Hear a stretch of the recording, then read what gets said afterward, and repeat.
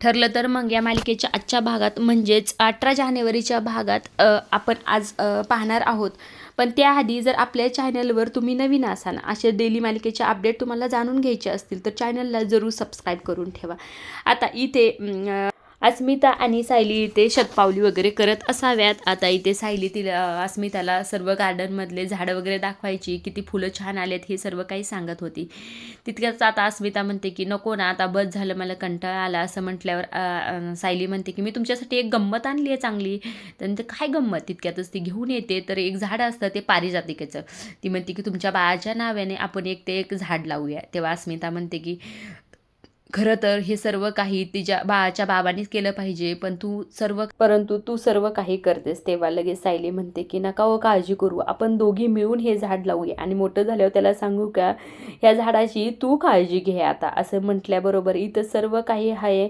इथे कल्पना पाहत असते आणि कल्पनाला खूप इथे आनंद होत असतो, कारण की सायली माझ्या मुलीसाठी, तिच्या आनंदासाठी हे सगळं काही करत आहे हे पाहून तिला खरं इथे आनंद होत असतो. आता ह्या दोघी मिळून ते इथे पारिजातिकेचं झाड लावत असतात. आता दुसरीकडे मात्र साक्षी आणि सचिन नाश्ता वगैरे करत असाव्यात. आता इथं साक्षी मात्र खूप नाराज होती. आता सॅम विचार इथे मनातच करत असतो की ही नाराज आहे, ही टेन्शनमध्ये आहे, कारण की मेहपत पकडला गेला आहे, पण ही मला काही सांगत का नाही.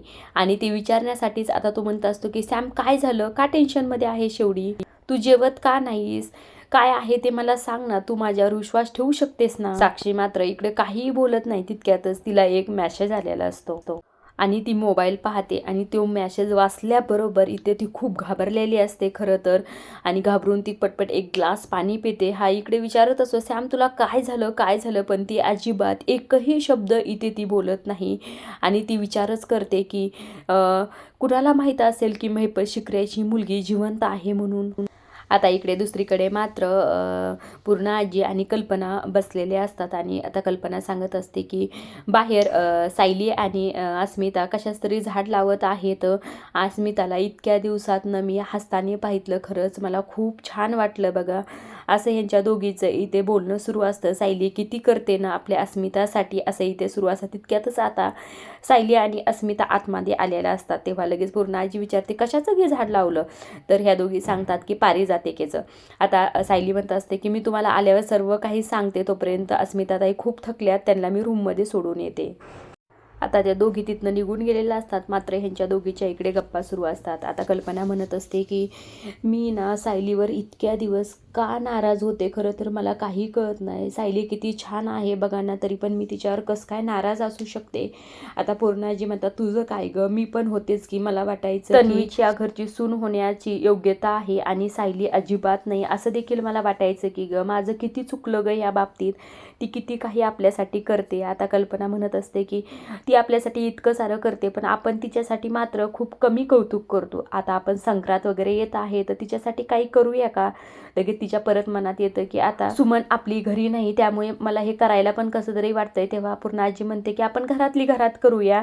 आता चालतं ना, अस्मिताच्या इच्छेसाठी किंवा तिच्या आनंदासाठी आपण गेट टुगेदर केलंच होतं, त्यासारखं आपण छोटंसं घरातली घरात सण साजरी करू शकतो ग. सण साजरी केलं ना मनात एक उभारी येते. उभारीची खरंच आपल्याला खूप गरज आहे. आता इथे आपण छोटासा घरात आता कल्पना म्हणते की छोटंसं आपण हळदी कुंकू पण करूया थोडं. ते म्हणते हा करूया, काही हरकत नाही, आपण छोटा घरातली घरात हा सण साजरी करू शकतो. मग करू का तयारीला, लागू का तयारीला, असं म्हटल्यावर पूर्णाजी म्हणते की हा नक्की, तू आता तयारीला लाग. दुसरीकडे मात्र अर्जुन पोलीस स्टेशनला गेलेला असतो आणि तो आता मेहपतला विचारत असतो की तुला काय वाटतं, असं गप्प बसून ह्या सर्व गोष्टी करून तू खूप स्मार्ट आहेस आणि आम्हाला काही कळणार नाही असं वाटतं का तुला, पण खरंच तू तर बुद्धू निघलास.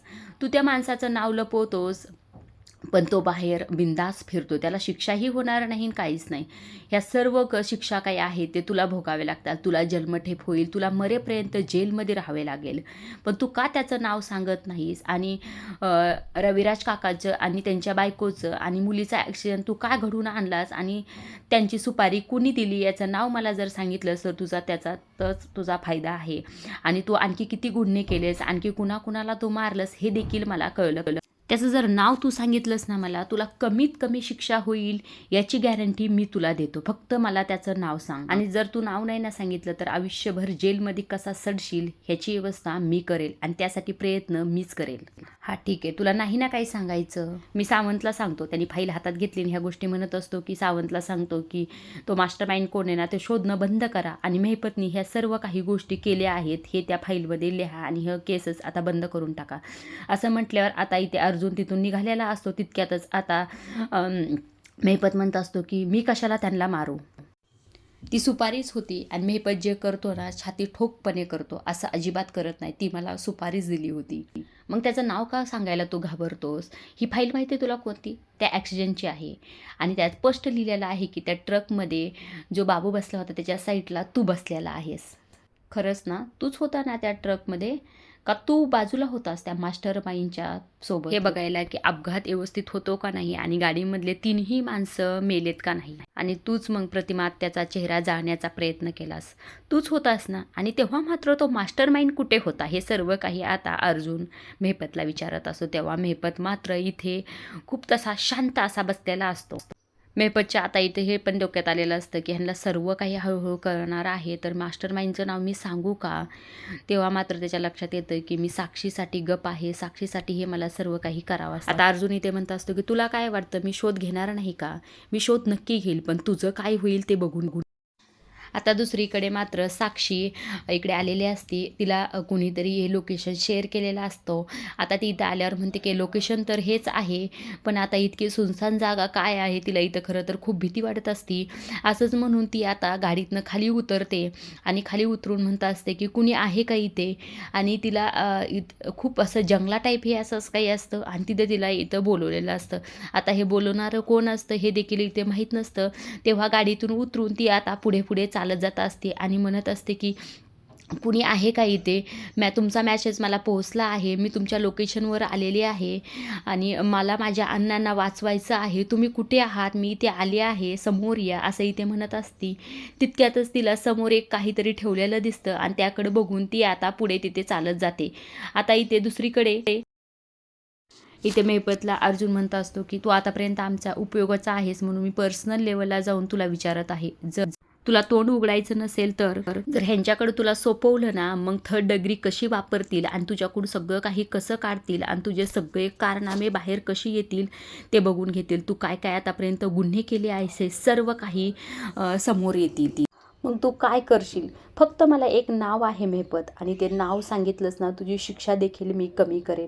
पण मात्र मेहपत इकडं अजिबातच काही बोलत नसतो. त्याला स्वतःच्या मुलीसाठी नागराजचं नाव घ्यायचं नसतं खरं तर इथं. पण अर्जुन मात्र इथं खूप परेशान झालेला असतो की आता मेहपतचं तोंड उघडू तरी कसं याचा विचार तो आता इथे करत असतो. आता दुसरीकडे मात्र साक्षीला तो बॉक्स दिसलेला असतो.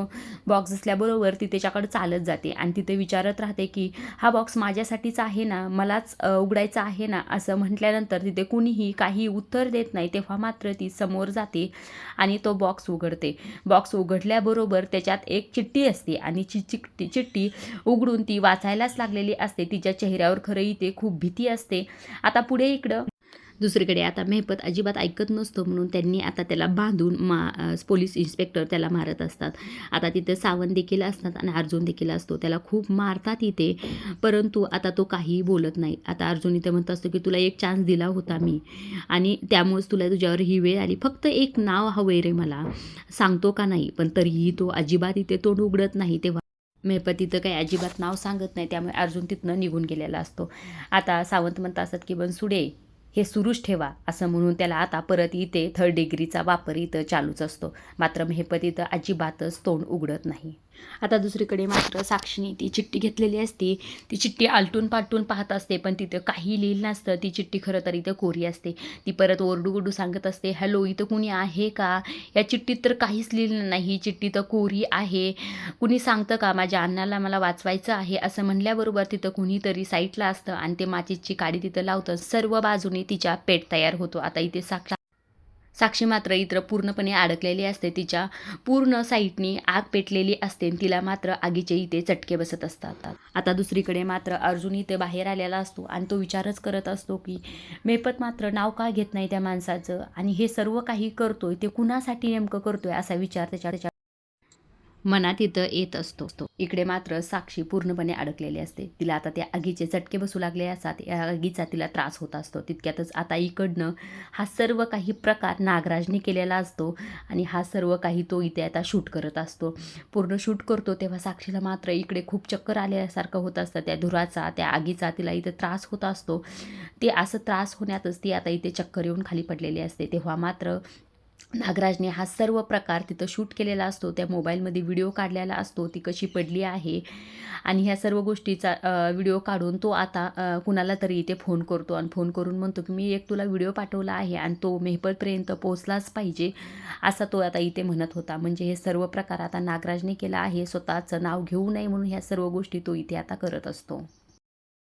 आता दुसरीकडे मात्र मेहपतला तसंच लटकलेला असतं आणि तो इथं विचार करत असतो का मी नागराजसाठी एवढं काही करत आहे. त्याचं नाव जर सांगून ठेवलं तर तो काही करण्याच्या आधी जेलमध्ये जाईल. तितक्यातच आता त्याला कोणतरी एक पाणी घेऊन आलेला असतं हवालदार वगैरे. तो म्हणतो मी मागितलं होतं पाणी नाही ना मला नाही पाहिजे असं म्हटल्याबरोबर तो म्हणतो की तो आता मोबाईल काढतो आणि तो व्हिडिओ दाखवायला सुरुवात करतो. तो व्हिडिओमध्ये तो सर्व काही साक्षीचा प्रकार बघून तो इथे खरंच तो खूप घाबरलेला असतो आणि तो लगेच म्हणतो की तुमच्यासाठी एक मॅसेज देखील पाठवलेला आहे. मॅसेज पाठवला आहे की आता फक्त व्हिडिओ पाठवला आहे नंतर तर नाव घेतलं तर तुम्हाला बॉडी देखील पाठवेन असं म्हटल्यानंतर नागराज मात्र इकडं फार आता घाबरलेला असतो. आता तो नाव घेणार. आता दुसरीकडे मात्र प्रियाची एंट्री झालेली असती. प्रिया देखील या सर्वमध्ये इन्व्हॉल्व असते. ती म्हणत असते की मिशन सक्सेसफुल असं म्हणून या दोघं आता इथे खुश असतात. कारण त्यांना आता मेहपतचं तोंड बंद करण्यासाठी साक्षीचा चांगलाच वापर करता येतो. आता दुसरीकडे मात्र अर्जुन मेहपतकडे आलेला असून त्याला म्हणत असतो की तू मार खाऊन थकशील पण विचारून अजिबात थकणार नाही. मी परत तुला विचारतोय की तो कोण आहे ते मला नाव सांग. मात्र इथे आता मेहपत अजिबात नाव सांगतो. विचार करतो की माझ्या पोरीला काही होऊ देणार नाही. मी फासावर जरी चढलो तरी माझ्या पोरीला काही झालं नाही पाहिजे. अर्जुन मात्र इथं टेन्शनमध्ये असतो की नेमकं ह्याचं आता तोंड उघडायचं तरी काय आणि हा नाव का घेत नसन हा विचार आता तो येतो. आता दुसरीकडे मात्र ह्या सर्वच जणी गप्पा मारत असतात. आता सायली सांगत असते की जेव्हा मी पारिजातकाचं झाड लावलं ना त्यांना दिलं ना लावण्यासाठी तेव्हा मात्र अस्मिताताई खूप खुश होत्या आणि आता इथे ह्या दोघी म्हणतात की तू असतील ना मग ती खुश राहणारच असं म्हटल्याबरोबर आता सायली त्यांच्याकडे येते म्हणते की मी थांबा आता त्यांना जेवायला घेऊन येते असं म्हटल्यावर कल्पना म्हणते की पूर्ण आजीने मी विचार केला आहे की तुमची पहिली संक्रांत आपण साजरी करूया. तेव्हा सायली म्हणते की आमचं लग्न तर आधीच झालं आहे ना. तर पूर्ण आजी म्हणतात की ते कोर्ट मॅरेज वगैरे मला अजिबात सांगू नको. तुमचं खरं लग्न तर गेल्या वर्षी झालं आहे आणि आपण ती साजरी करणार आता. तुझं गोड कौतुक वगैरे आम्ही कधीच केलं नाही असं म्हटल्यावर सायली म्हणते की पण आपल्या सुमन काकू नाहीत ना तर कसं करणार ना आपण साजरी. आम्हालाही ते माहिती आहे गं. आम्ही सुमनचा विचार करतोच की त्याबरोबर तुझा आणि अस्मिताचा देखील आम्ही विचार करतो. घरातली घरात का होईना पण आपण सण साजरा करूया अस्मितासाठी आणि तुझ्यासाठी. बघ अस्मिता देखील खुश होईल बघ या सर्व गोष्टींनी. तेव्हा कल्पना म्हणते की आम्ही तुझ्यासाठी तरी काय करतो गं. तू एवढं सगळं आमच्या घरासाठी करतेस आणि तुझ्यासाठी नेमकं आम्हाला काही करणं होत नाही बघ. तेव्हा सायली म्हणते की तुमच्या दोघीची इच्छा आहे ना तर नक्कीच करू. सणा दिवशी मी देवी आईकडे प्रार्थना करीन की सुमन काकू लवकरात लवकर आपल्या घरी परत यावीत. आता पूर्णाजी म्हणते की ठरलं तर मग तुझी आणि अर्जुनची या वर्षीची पहिली संक्रांत साजरी करायची म्हणजे करायची. इथे आता अर्जुन आल्यास अर्जुन म्हणते संक्रांत साजरी करायची म्हणजे पतंग उडवायला मिळणार. तेव्हा लगेच सायली त्याच्याकडे पाहत असते. तर लगेच पूर्णाजी म्हणतात की बघ मुलांना बाहेर देशाला पाठवलं ना शिकवायला आहे असे परिणाम होतात बघ बघ. आता इथे सायली म्हणत असते की अहो फक्त संक्रांत म्हणजे पतंग उडवायचं नसतं व सुगडी पुजायचे असतात, हलव्याचे दागिने घालायचे असतात, तिळगुळाचे लाडू बनवायचे असतात. हलवा आपण खातो पण हलव्याचे दागिने आपल्याला कसे वाटतील. तेव्हा असं म्हटल्याबरोबर आता इथे सर्वजण इथे हसत असतात. आता इथे सायली म्हणत असते की तुम्ही मुद्दाम करता ना हे सर्व काही. मी चिडले की मग तुम्हाला आवडतं का. नाही तू चिडलीस ना अजून क्यूट दिसीस असं म्हणल्यावर सायली इथे लाजत असते आणि ती म्हणत असते काय हो तुम्ही इथं सर्वांसमोर म्हणत असतात का. आजच्या पुरतं एवढंच. अशाच मालिकेच्या डेली अपडेट जाणून घेण्यासाठी चॅनलला जरूर सबस्क्राईब करा. आता पुढील भागात आपण पाहणार आहोत की सायली अर्जुनला आग्रह करत आहे की हलव्याचे दागिने घालायलाच हवे पण अर्जुन मात्र अजिबातच तिथे हलव्याचे दागिने घालत नसतो. आता तिथे काव्या, भूमी, सखी आणि मीरा या चौघीही जणी इथे आता आलेले असतात.